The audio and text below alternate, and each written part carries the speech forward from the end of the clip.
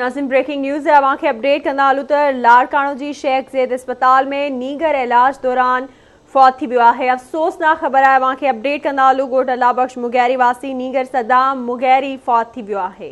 बिल्कुल नाज़रीन, अफ़सोसनाक ख़बर अवां ताईं पहुचाई पिया। फोती नीगर जे वारसनि पारां अस्पताल इंतज़ामिया ते इलाज बहितर न करण जो इल्ज़ाम मढ़ियो वियो आहे। अहम ख़बर अवां ताईं लाड़काणे मां पहुचाई पिया, जिते शेख ज़ैद अस्पताल में नीगर इलाज दौरान फौत थी वियो आहे। अवां खे अपडेट कंदा हलूं। अहम ख़बर आहे त लाड़काणो जी शेख ज़ैद अस्पताल में नीगर इलाज दौरान फौत थी वियो आहे। ॻोठ अलाबख्श मुगैरी वासी नीगर सदाम मुगैरी फौत थी वियो आहे। इन हवाले सां राब्तो कयो लाड़काणे में आवाज़ टीवी जे रिपोर्टर रशीद समोसा। जी रशीद, कहिड़ा अपडेट्स आहिनि, आगाह कजो। जी बिल्कुल संजा, लाड़काणे जी शेख ज़ैद चिल्ड्रन अस्पताल में नीगर इलाज दौरान फौत थी वियो आहे ऐं ॻोठ अलाबख्श मुगैरी वासी आहे।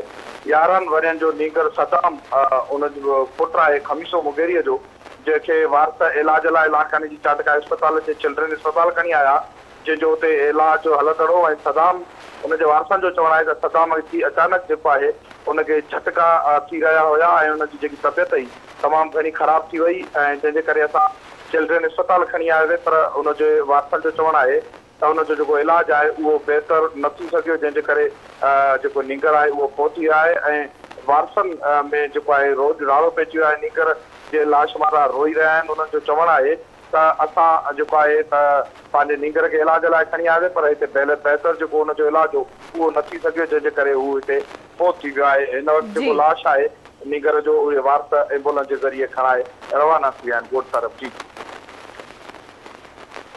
ठीक है रशीद, वरी महिरबानी अवां जी अपडेट करण लाइ।